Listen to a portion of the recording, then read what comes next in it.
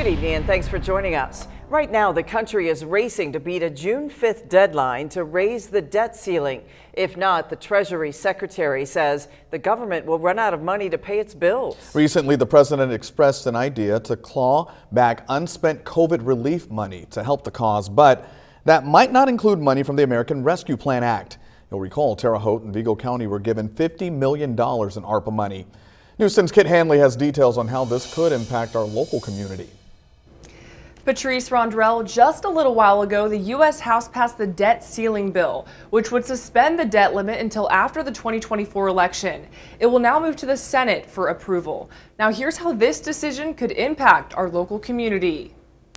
We've told you before, Vigo County and Terre Haute were given $50 million from the federal government in COVID relief money. It's from the American Rescue Plan Act, or ARPA. Local officials have been working on a plan on where to allocate the money. In a Terre Haute City Council special call meeting last Monday, Terre Haute Mayor Duke Bennett brought to light a concern that the federal government might start taking some of that money back if it's not allocated quickly. This is what he told city council members in that informational meeting. The Biden administration seems to be open to having a conversation about is clawing back the ARPA money that's not spent.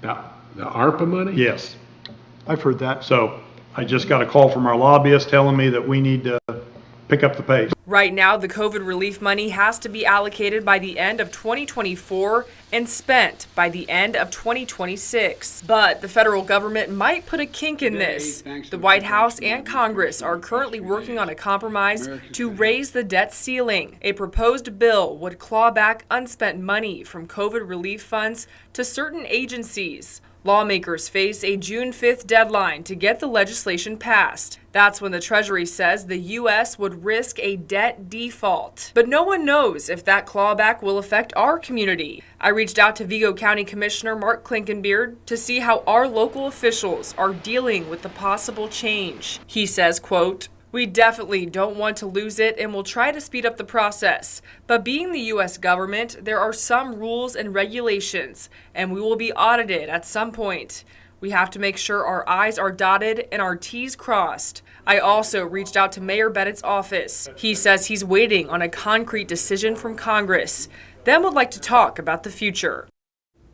Again, community leaders won't know until that June 5th deadline. We'll continue to follow this story. For now, reporting live in the newsroom, Kit Hanley, News 10.